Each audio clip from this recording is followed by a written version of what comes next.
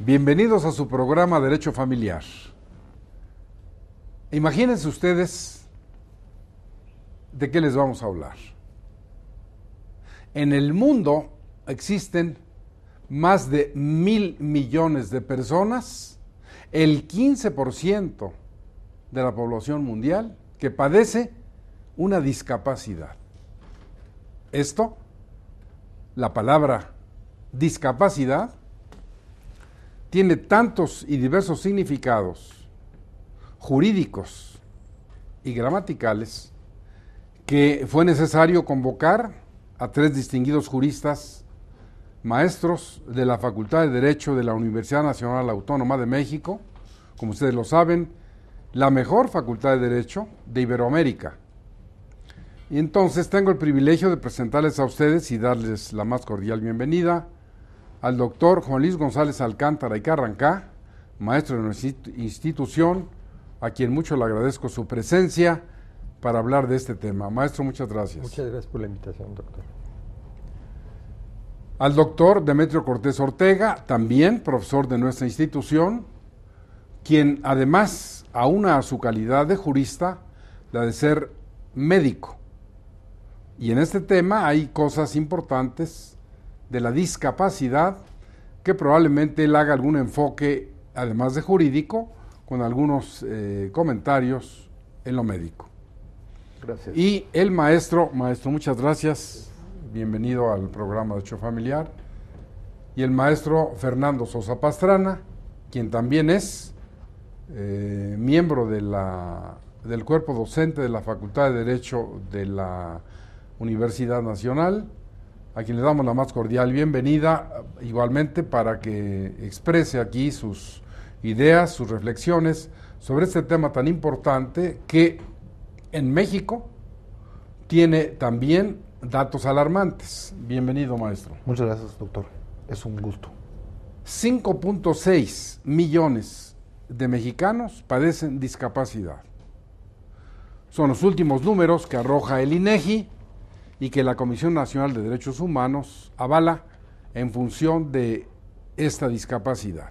Pero cuando hablamos de esta expresión o de esta palabra, no necesariamente tenemos que referirnos a alguien que usa una silla de ruedas o que no se puede mover o no puede caminar, dado que la discapacidad es un término derivado de la disability en inglés, no es un término que derive del latín o de alguna otra expresión de algún idioma en ese sentido, y por eso es tan importante que nosotros en este programa hablemos primero de la capacidad, de las clases de capacidad que hay, de la incapacidad, igualmente las clases que hay, lo que dice la ley cuando habla de incapacidad natural y legal, y la propia norma que va a señalarnos en qué casos hay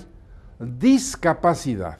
Entonces, yo le pediría al maestro Juan Luis González Alcántara que tomara la palabra para decirnos brevemente su apreciación para hacer este marco de referencia en este programa. Muchísimas gracias, doctor. Yo creo que es un tema que nos llega a todas las familias en México. Siempre tenemos algún familiar con algún grado de discapacidad. ¿Qué es lo que tenemos que ver desde el punto de vista jurídico? Cómo la legislación ha ido evolucionando y cómo tiene que evolucionar aún más. Hace 30, 40 años no era posible ver a un niño con síndrome de Down en las calles acompañado por sus padres, si bien su capacidad es distinta. ¿Cuál es la situación actual de esos individuos, de esos menores que pueden ser mayores de edad?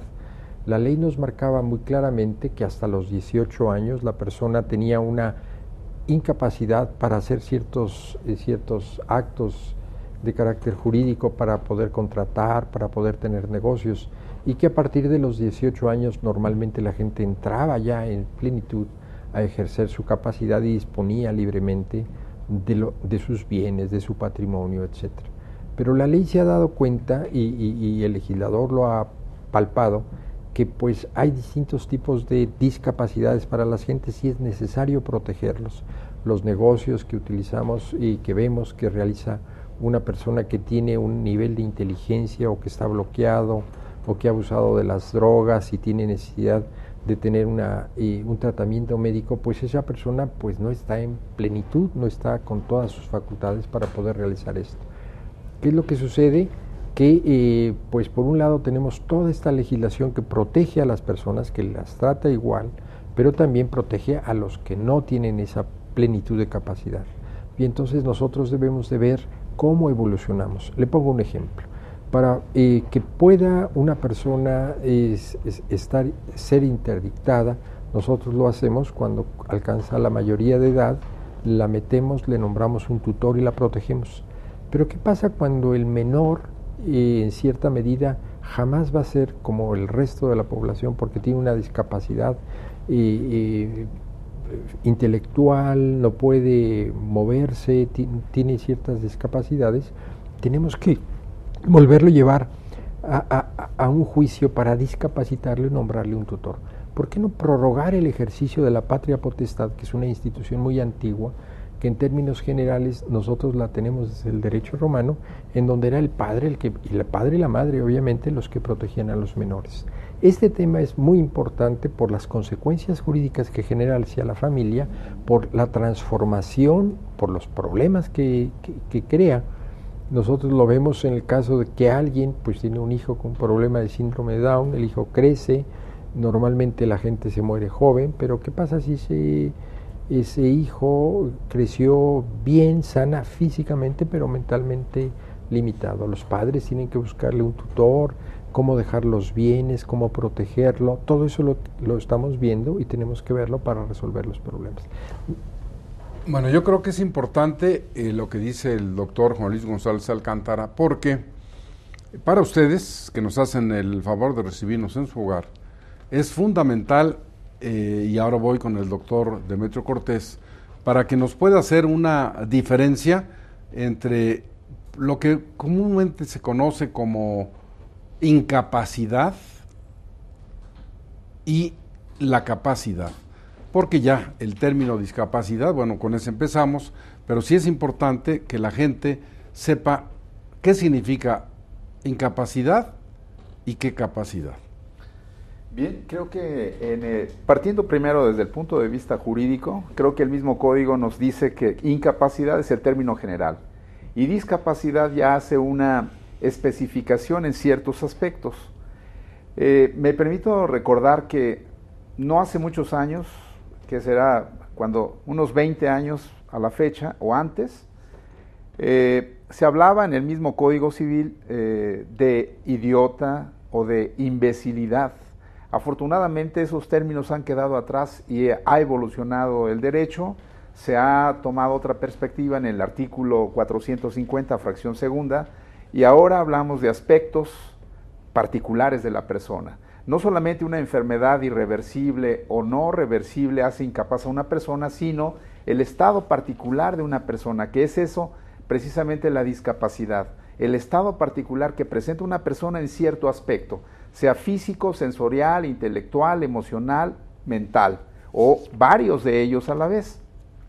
Pero no solamente termina en eso, sino en que esa persona que tiene un aspecto particular, un estado particular de discapacidad, en estos aspectos, no pueda gobernarse, obligarse o bien, hasta allá llega, manifestar su voluntad por sí mismo o por un medio que la supla, nos dice la ley. Entonces, ¿qué quiere decir? Que una persona puede estar mentalmente perfecta, pero no poder manifestar su voluntad por sí misma.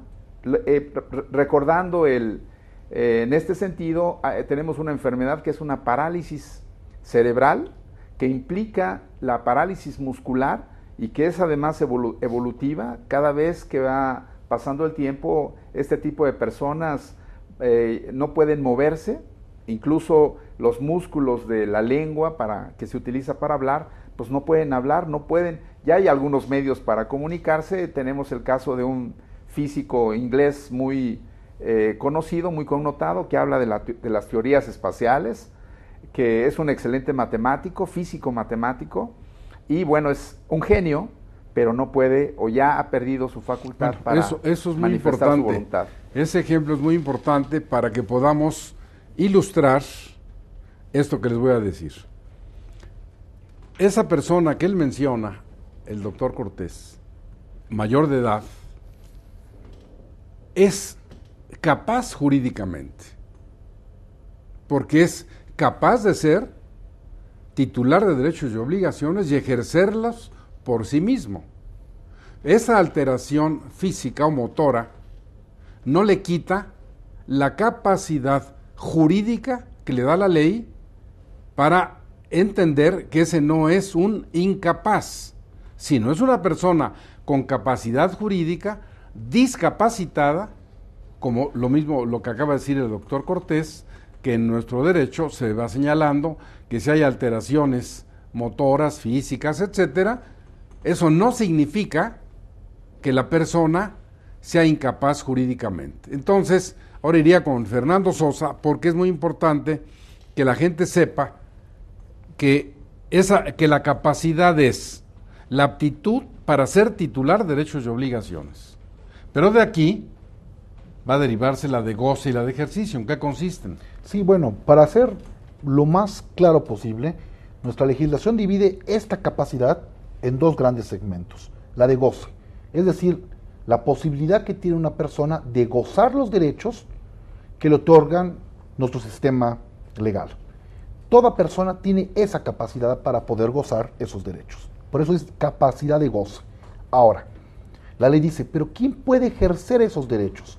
¿Quién puede, digamos, ser titular de obligaciones o ser el que conduzca ciertas acciones con efectos legales?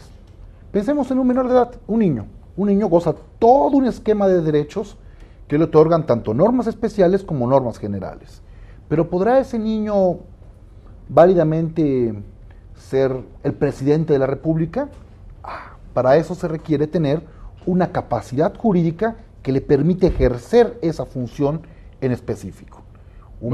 Aquí, perdón, porque el tiempo viene para una pausa y para no cortar violentamente la idea, es importante que quede claro para ustedes, vamos a ir a una pausa y regresamos en un momento, que la capacidad, cuando hablamos de la capacidad de goce, a la que se refiere Fernando, es la que se adquiere con el nacimiento y se pierde con la muerte. De acuerdo a lo que dice el Código Civil en el artículo 22 y el 337, donde son los supuestos jurídicos para que una persona pueda considerarse que tiene esa capacidad de goce. Y él bien lo decía, no puede esa persona que tiene la capacidad de goce ser titular de derechos y obligaciones para ejercerlos por sí mismo. Pero aquí hay que llamar la atención de la distinguida teleaudiencia, porque ese niño que tiene 1 año, 1 mes de nacido, por supuesto que puede ser titular de derechos y obligaciones, que los va, por ejemplo, se le deja una herencia, pues obviamente es un sujeto de derecho que lo puede recibir. Pero si en la herencia se le deja una carga, él no la va a poder cumplir, pero sí a través de sus representantes legales. Entonces esto ya nos permite dejar para ustedes, antes de ir al corte, establecida los supuestos de la capacidad como aptitud para ser titular de derechos y obligaciones. La de goce, que se adquiere con el nacimiento, se pierde con la muerte. Y la de ejercicio, que en palabras muy simples se adquiere cuando se llega a la mayoría de edad, de acuerdo a lo que dice el Código Civil, en que el mayor de 18 puede disponer libremente de sus bienes. Pero aquí viene algo muy importante que vamos a regresar con él. La propia ley en el artículo 23, maestros, del Código Civil dice que hay una capacidad restringida.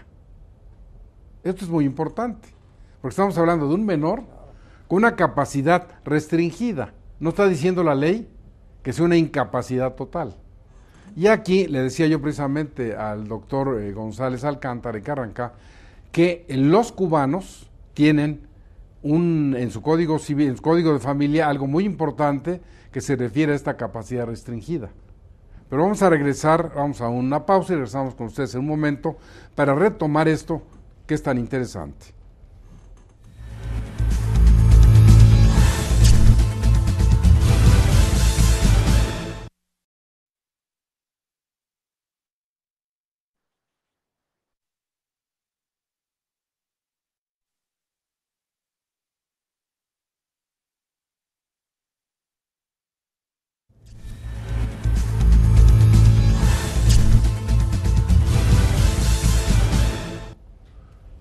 Como decíamos antes del corte, y si usted acaba de sintonizar el canal judicial, estamos hablando del tema de la incapacidad, de la discapacidad y sus efectos en la familia.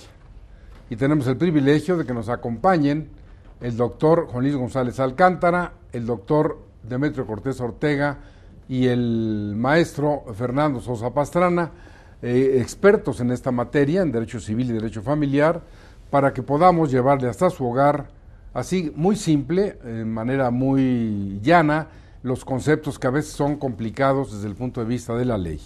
Antes del corte decíamos que es importante entender lo que es la capacidad, lo que es la capacidad de goce y la de ejercicio, y su antípoda, la incapacidad de goce y de ejercicio.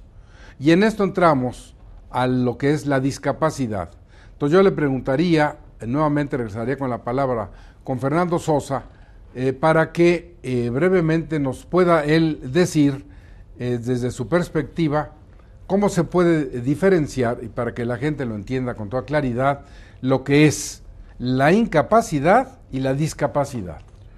Bueno, yo creo que es algo muy interesante la incapacidad. Como usted comentaba, el concepto discapacidad, quiero empezar, es un concepto anglosajón. Es decir, yo creo que para entender qué es la discapacidad podríamos hablar, como lo menciona nuestro código acertadamente, como una capacidad restringida. Es decir, una persona que se le suele imputar una discapacidad, y pienso en un término de dignidad humana como lo manejan los tratados internacionales, en específico la Convención sobre los Derechos de las Personas con Discapacidad, en su artículo 12, dice, realmente una persona a que se le imputa una discapacidad es ciertas restricciones para actuar tanto en el mundo legal como en el mundo social. Entonces es una capacidad restrictiva en comparación de los demás, pero siempre la mayoría de posibilidades que pueda realizar la mayor cantidad de actos jurídicos. Bueno, aquí es importante hacer una acotación a lo que dice Fernando, porque él menciona, y casi todos los juristas y los ministros de la Corte, los jueces, hacen siempre referencia a estas cuestiones internacionales, pero es importante señalar que estos tratados, suscritos por el gobierno mexicano y ratificados por el Senado, son derecho positivo vigente en nuestro país. Cuando Fernando hace alusión a esta convención y dice, bueno, es que la discapacidad, etcétera, es porque ahí se señalan estas restricciones, y en un momento dado, si nuestra ley, que no lo ha establecido, nomás dice, es capacidad con restricciones, pero no hay para decir, no está establecido legalmente, las restricciones. Entonces esto es importante porque para ratificar esto le diría yo al maestro Juan Luis González Alcántara que nos pusiera, así como muy en blanco y negro, para él cómo se diferencia la discapacidad de la incapacidad, tema central del programa. Yo creo que la discapacidad puede ser, la podemos ver como algo físico, algo una persona, decimos, está discapacitada. Sea cual fuere su edad. Cualquiera puede tener una discapacidad en términos generales para caminar, para correr, por ejemplo. Para ver, para oír. No pensaríamos que está discriminándose a una persona que no le dan licencia para manejar si no posee la facultad de ver. Desde luego que esa persona está discapacitada en términos generales. En el caso de la ley, la ley es muy especial y dice, bueno, una persona que no tiene, o que tiene una enfermedad, o que tiene una adicción, va a tener una limitación. Y la ley le señala en qué casos tendría que estar limitada esa persona. Pero, como bien decía el doctor Demetrio Cortés, y él enumeró las discapacidades cuando empezamos, yo concretamente te pediría aclarar este concepto. Ya están dichas esas cuestiones de discapacidad. Un ejemplo, podríamos pensar en una persona de 30 años que fuera incapaz jurídicamente y discapaz desde el punto de vista de lo que dices. La incapacidad física, por eso hablamos de los discapacitados que han perdido esa capacidad, y cuando la ley dice es incapaz para heredar, por ejemplo, dice la ley señala sanciones a quien provocó la muerte de la persona. O decimos, no podrá recibir un beneficio. Pero eso como incapacidad como jurídica. Incapacidad jurídica. Sí. Y Pero, física. Pero la discapacidad. La discapacidad es el término que utilizamos para decir que no tiene esa capacidad de, por ejemplo, de hablar un idioma extranjero o no tiene la capacidad para correr o para pilotear un avión, para conducir una cuestión. El término que hablamos, o por qué la ley habla, nos señala, bueno, esta persona es discapacitada. La capacidad no la tuvo, la perdió por algo o nunca la ha tenido. De nacimiento, tiene esta restricción en términos generales. Desde el punto de vista médico, porque hablamos, cuando hablamos de la interdicción, el médico tiene que verificar que esa persona no tenga ciertas habilidades. Una persona que tiene un problema de Alzheimer, un médico alienista tiene que certificar que esa persona que pudo haber sido capaz ya no es capaz ahora y se le va a incapacitar para cierto tipo de actos. Para la gente que nos ve es muy importante que quede claro que la incapacidad jurídica es una y la discapacidad no es jurídica, no es de ejercicio, no es de eso, sino, como bien lo señala el 450 en la fracción segunda, y da las hipótesis, ¿no? Entonces, yo te pediría, Demetrio, en ese sentido, dejar lo que dice el doctor González más asentado todavía para que pueda yo pasar al otro tema dentro de lo que la propia ley ordena y que esto ya quede establecido. Ya hablamos de capacidad de goce, de ejercicio, la incapacidad de goce y de ejercicio, del 22, el 337, etcétera, pero en este caso concreto, el que es menor de 18 años, ¿cómo lo vamos a clasificar? ¿Como un incapaz o como un discapaz? Bueno, el propio artículo nos lo está señalando ya en la fracción primera. Son incapaces, hay incapacidad natural o legal, y nos dice la incapacidad natural, el que tiene menos de 18 años. Eso es muy importante, porque el legislador no lo aclara con esa expresión, pero cuando el legislador dice, tienen incapacidad natural y legal, no dice disyuntiva, sino copulativa y, tienen incapacidad natural o legal. Y legal, ¿no? No, o legal. Bueno, vamos a ver, tú sigue hablando mientras yo si checo aquí para incapacidad natural, obviamente si tiene menos de 18 años es incapaz por naturaleza. Bueno, dice la ley, tienen incapacidad natural y legal. Ilegal. No es o. Esto es muy importante. ¿Por qué? Porque la ley está diciendo, el menor es incapaz naturalmente porque es menor, ilegal porque no ha llegado a los 18. Entonces aquí yo quisiera, eso es muy importante para las personas que nos ven, que quedara con toda claridad esta diferencia de esta incapacidad natural y legal, como bien tú la llamas, que es natural porque no tienes 18 y de ejercicio la vas a adquirir hasta que tengas 18, y la discapacidad. Decía yo precisamente al principio del programa que es un tema complejo. Sí. Entonces, tú tienes la palabra, Demetrio. Sí, el niño naturalmente, el niño, y digo menor de edad, de acuerdo a la Convención Internacional sobre los Derechos del Niño, es menor, el artículo primero establece que es menor todo aquel que no ha cumplido 18 años. Entonces, si no ha cumplido 18 años es un menor, es un niño, y por lo tanto lo que protegen las leyes en el niño es su inmadurez mental. Se supone que no está capacitado para hacer las reflexiones necesarias y poder gobernarse por sí mismo u obligarse por sí mismo. Entonces, en esas circunstancias, naturalmente el menor, al no poderse obligar, pues es incapaz. En cuanto a la incapacidad, por alguna discapacidad, de cualquiera de los tipos, sea físico, sensorial, intelectual, emocional o mental, hay múltiples hipótesis que se pudieran dar. Si está ciego y no es analfabeta además, pues obviamente no va a poder obligarse, no va a poder firmar un contrato. Si es sordomudo y no sabe leer, no ha aprendido alguno de los medios para escribir, alguno de los otros medios como el braille, pues entonces también estará incapacitado por esa discapacidad. Tendrá una incapacidad jurídica por esa discapacidad. Y hemos dicho, un parapléjico que además sea sordomudo, por ejemplo, también estará incapacitado jurídicamente por la discapacidad. Entonces, la discapacidad nos debe llevar hacia una incapacidad jurídica. Muy bien.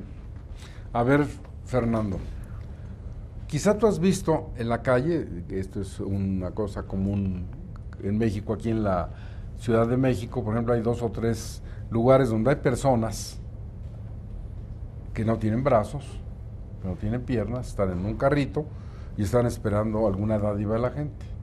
Es evidente que son personas de 30 o 40 años. Este es un... Es o un incapaz o cómo, porque mire, imagínate que fuera, como ya bien lo dijo el doctor Demetrio Cortés, el ejemplo que trajo del británico, que una persona de estas fuera un genio y así como está, podría con toda facilidad dirigir el asalto a un banco.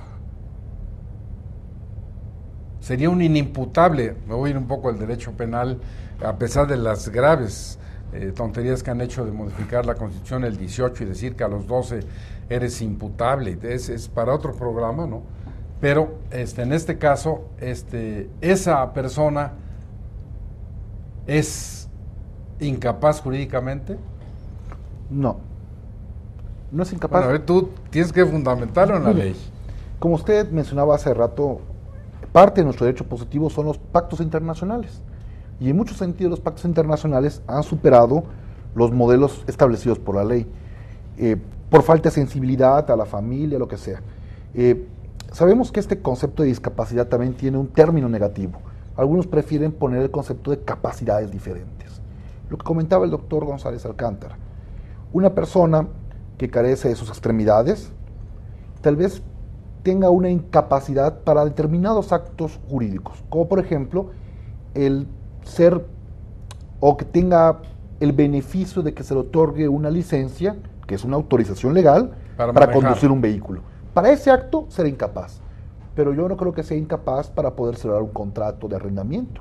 Sus facultades mentales están perfectamente claras. Eso es, lo que has dicho es importantísimo, porque es exactamente, y voy ahora a ir con el doctor González Alcántara, es exactamente lo que aquel viejo artículo que no incluía las hipótesis de discapacidad, cuando tuviste mi alumno hace muchas décadas y centurias, sí, ¿no? Y usted nos enseñaba cosas muy importantes, por ejemplo, la menor de edad no puede contraer matrimonio, la niña de 12 años no puede, es incapaz para contraer matrimonio. El hermano no puede casarse, es incapaz para contraer matrimonio con la hermana. El tutor no puede contraer matrimonio con la pupila mientras no rinda las cuentas, un pariente. Entonces, la ley nos va señalando en qué casos hay una incapacidad. Ahora, yo quisiera, para la distinguida teleaudiencia, que trajeras a colación este supuesto, la nueva fracción del artículo 452, donde estableció ya estos casos de discapacidad. Porque bien decía Fernando, ese señor, o como tú lo señalaste, que va y saca una licencia y no se la dan porque no ve bien, pues evidentemente que es un discapaz, al resto de la sociedad. Es discapaz, pero es un sujeto con plena capacidad jurídica, ¿no? Para otro tipo de actos, y lógicamente el quebrado mismo pues no podría entrar en una administración porque está sujeto a un procedimiento que lo puede conducir a una incapacidad para realizar. Aquella persona que ha cometido un delito, pues podríamos señalar que no es capaz para realizar determinados actos. Sobre todo si está privado de su libertad. Y si está privado de su libertad. Ciertos actos. Porque si se quisiera casar, lo puede hacer dentro de. Y se le da permiso hasta inclusive en el propio. Y ahí lo casan, ¿no? Y puede casarse por poder. Se puede casar por poder y entonces otorga un poder a una persona para que realice y firme a su nombre, como en el caso de los contratos que señalaban. A ruego de él puede alguien firmar, alguien de su confianza. Esto es tan importante que a mí me gustaría, sobre todo por la premura en el tiempo, que nos dijera el doctor Demetrio Cortés, dada su experiencia y todo en esta materia, ¿cómo podría, maestro, graduarse la capacidad? No digo graduarse la incapacidad, porque ahí está ya el concepto, pero la propia ley dice, el 23, que no es que seas un lelo, sino que la tienes restringida, ¿no? ¿Qué se le puede sugerir al legislador? ¿Qué se podría hacer? Bueno, creo que es el médico el que debe dar las pautas. El médico. El médico. En estos casos es el médico el que debe dar las pautas para que para que el juez en la sentencia pueda determinar cuál es el alcance de lo que puede hacer y no hacer, de la capacidad que tiene, desde luego, como hemos estado hablando, de la capacidad restringida, es decir, hasta dónde queda restringida su capacidad, qué es lo que puede hacer y qué es lo que no puede hacer, y desde luego, si vamos a decir qué es lo que puede hacer, tendremos que poner también los límites de la tutela. En la fracción quinta del 904 del proceso de interdicción, se señala precisamente que el juez debe determinar cuáles son los alcances de la capacidad, de lo que puede hacer el sujeto, y cuáles son los límites del tutor. ¿Y qué parámetro tiene el juez? ¿Su arbitrio? No, tendrá que ser precisamente el médico quien le diga, que le especifique qué es lo que puede hacer o no hacer. El médico lo ilustra. Yo me pongo a pensar. Y el juez decide. Y el juez decide. Me pongo a pensar, bueno, y habrá casos en que solo baste el juez con su sano y equilibrado entre comillas, con su sano y equilibrado, porque a veces vamos a un extremo y al otro. Ahora con los derechos humanos se van a todos los extremos posibles, y yo creo que hay que tener un equilibrio en todo, ¿no? Creo que es el médico quien tendrá, hay hipótesis donde el juez tendrá que hacerlo por sí mismo, como el caso que se acaba de plantear ahorita, los que ha planteado el doctor González Alcántara y el maestro Fernando. Desde luego, si está un cuate con una persona con siringomelia, sin los brazos y sin las piernas, pero mentalmente capaz, bueno, tendrá la incapacidad para pedir una licencia para conducir, y eso pues obviamente no necesita que el médico se lo diga al juez. Esos casos tan obvios, pero habrá otros, como sobre todo para personas que usan drogas o que usan sí, que se les olvida, una demencia senil, pues habrá que ver hasta qué punto le afecta ese estado de discapacidad para poder celebrar actos jurídicos, o qué tipo de actos jurídicos. No, muy bien, eso es sobre todo para que los legisladores escuchen, y sobre todo en el Distrito Federal, en que estamos lamentando tantísimas fallas, tantas modificaciones que se han hecho en las rodillas, y que escuchar a los expertos, en este caso al doctor Demetrio Cortés, como les dije al principio, él además de ser abogado, de ser maestro en estas materias, es médico. Entonces, con una gran autoridad da una opinión de esta naturaleza. Vamos a un corte y regresamos con ustedes en un momento.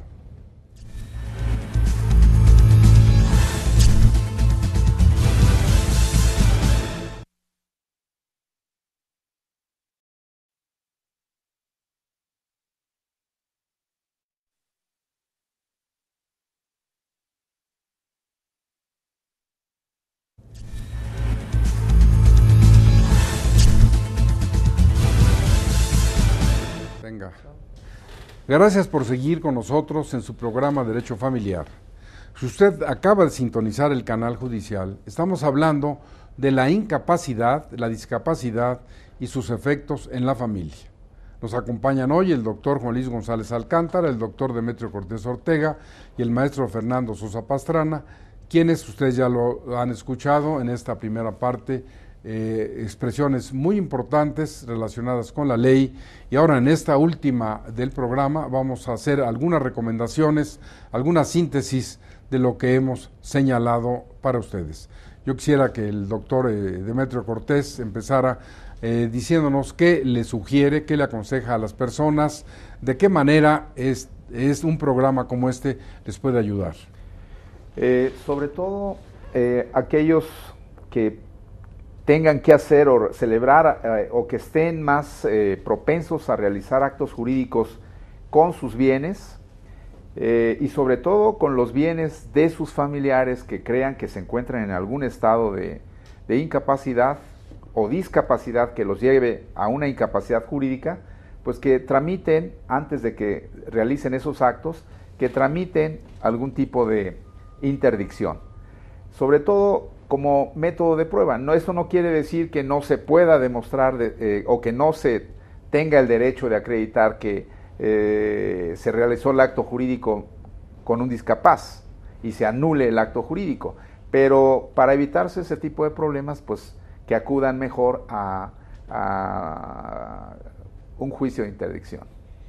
¿Tú qué le recomendarías a la distinguida teleaudiencia o cuál es tu reflexión final? Mi reflexión final es que hay que ver a estas capacidades restrictivas con más sensibilidad.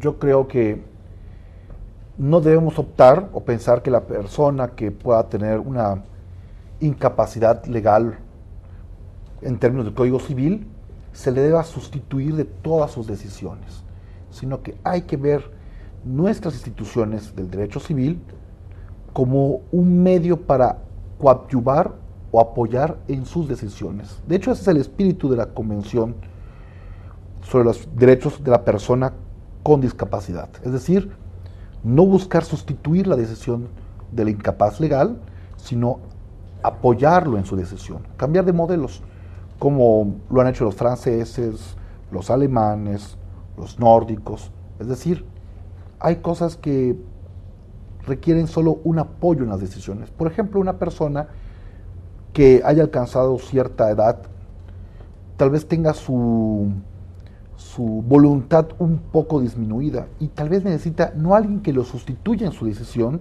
sino alguien que lo oriente en su decisión.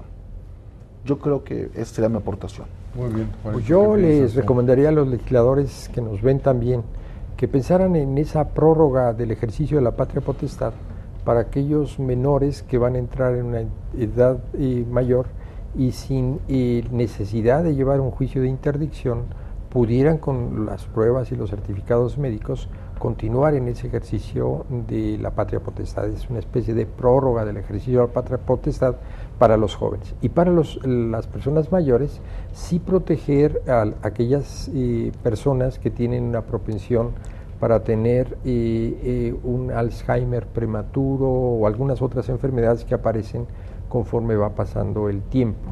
Las adicciones, la dependencia del alcohol, de las drogas, hace que las personas pierdan su capacidad para decidir sobre sus bienes.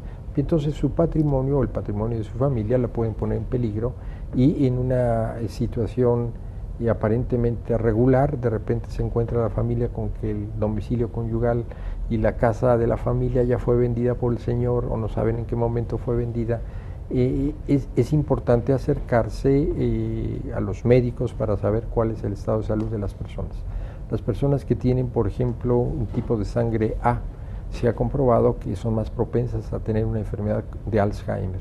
Entonces van a olvidar, es seguro que alguien pueda abusar de ellos si están ajenos al entorno familiar y que de repente se encuentren con una situación totalmente lamentable en donde aquello que se construyó de manera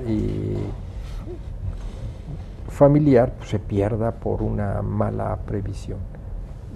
Yo sí también soy partidario de que se gradúe las limitaciones al ejercicio de las facultades que pudiera tener una persona cuando se compruebe plenamente que ha sido o que está en situación de bueno, discapacidad. Yo creo que es muy importante para ustedes que nos hacen el honor de recibirnos en su hogar y tener además el privilegio de los conocimientos de quienes me acompañan en esta ocasión, en este programa, porque hemos insistido, es una tribuna muy importante, tiene una audiencia calculada en 10 millones de personas en el país y fuera de él, las repetidoras locales en provincia, el Cablevisión, el Canal Judicial, el Dish, el Internet. Hemos dado números muy importantes, pero hay algo que es más trascendente que lo que hemos dicho hasta ahora. Y seguramente se escuchará como una crítica acerba, una crítica dura, pero en eso estamos, y además ahí está abierto el derecho de réplica, porque aquí, si vemos un poco para atrás, es totalmente censurable que el Estado no haga nada por las personas con discapacidad. No haga nada quiere decir que están por ahí pululando más de 6 millones de personas en México, discriminadas en los centros de salud, en la relación cotidiana, y el Estado ¿qué hace? Sea el Estado municipal, el regional, el estatal, el federal, es tiempo de que tantos recursos que se dedican a otras cuestiones se puedan meter en favor de estas personas con discapacidad. Porque si de por sí la lucha es dura, y tener una discapacidad lo hace más todavía. No sé, en ese sentido, Demetrio, ¿qué piensas tú si en realidad, a lo mejor no compartimos esta opinión, el Estado sí se preocupa por atender este gran problema social, ¿no? Bueno, sí creo que ha habido programas para ayuda a los discapacitados.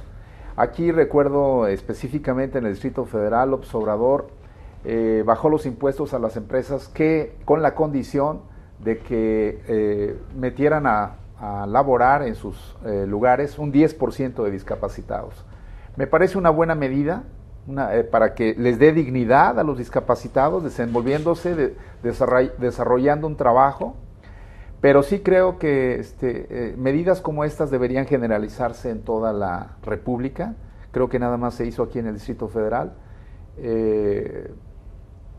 A lo mejor los legisladores de todo el país, como dijo el doctor, que están viendo el programa, vean esta necesidad que tienen los discapacitados y se les restituyan su dignidad y se les dé un trabajo, se les den trabajos dignos para que ellos también se sientan útiles a la sociedad. Y como dice un anuncio, yo te preguntaría, Fernando, parafraseándolo en una metáfora, dentro de esto, ¿y la familia? Bueno, yo creo que no solo todo queda en manos de las autoridades, también queda en manos de la familia sensibilizada. Pero ¿cómo ayudas a la familia de un discapacitado que esté en una situación económica difícil, por ejemplo? Yo creo que el Estado ahí tiene que asumir una política de apoyo económico. Solo piense lo caro que puede ser para una familia tener que condicionar su hogar para que sea apto. A eso exactamente me refería. En las calles, en los autobuses, en el metro, en todo lo demás, en que esto debería ser una política pública, federal, nacional, porque es un problema gravísimo, que las gentes que lo padecen y sus familias no están siendo atendidos en forma adecuada. No, y no solo es la atención económica, también es la atención hasta psicológica para los familiares, para que se generen las condiciones de sensibilidad. Es decir, que la persona requiera ciertos apoyos acordes a su capacidad restringida o a su capacidad diferente, no quiere decir que esta persona no pueda desarrollarse en plenitud. Es decir, mucho de nuestras familias es también orientar, apoyarlos económicamente, psicológicamente y generar la sensibilidad. La sensibilidad es fundamental para que seamos una sociedad incluyente. Pues sí, porque finalmente el propósito del canal judicial, programas como este de Derecho Familiar, es tratar de hacer llegar al mayor número de personas el conocimiento de cosas que a veces son difíciles, situaciones jurídicas que no todo el mundo entiende porque no es abogado, pero esa es nuestra preocupación principal. Y en el tema de la discapacidad y de la incapacidad, que es tan complejo, esperemos que con esto ustedes puedan tener un enfoque, una respuesta más adecuada. Como les había dicho al principio del programa, quiero señalarles que este libro es el Código Civil para el Distrito Federal, que es el único, en este caso, que está acotado por su servidor, quien les habla. La acotación consiste en que en cada uno de los preceptos, así probablemente se pueda ver en la cámara, al final de cada texto hay en letras negrillas la esencia de lo que se dice en cada precepto, no la interpretación del autor, en este caso mía, sino en palabras muy simples, muy claras, cuál es lo que hace el legislador en 5 o 6 renglones y cómo lo podemos deducir o reducir a 2 o 3 palabras, en algunos casos a más, pero definitivamente esto ayuda tanto para la enseñanza como para las audiencias, como para las resoluciones. Esta es una edición muy reciente que trae todas las reformas. Muy actualizada, es la 74 edición actualizada hecha por la Casa Porrúa, que es muy importante, y lo mismo hicimos con el Código Civil Federal, porque en un momento dado a ustedes, esto que está al alcance de cualquier persona, les puede servir para tener más información al respecto. Y de cualquier bolsillo. Y dice, algo más quiere decir, mi querido Juanito. Es una herramienta muy útil que debería de haber, como lo hay en Francia, el Código Civil debería estar en todas las casas para lectura, para encontrar una orientación de tipo legal, y más una edición tan cuidada como esta, ¿no? Pues sí, en realidad, además, el señor José Antonio Pérez Porrúa, valga la publicidad, es el número 1 en la edición de libros en Derecho en Iberoamérica, y siempre con un gran cuidado se hace esto, ¿no? Además, quiero recomendarles a ustedes, antes de que nos retiremos del aire, que ustedes saben que este programa pasa 3 veces a la semana en el canal judicial, que se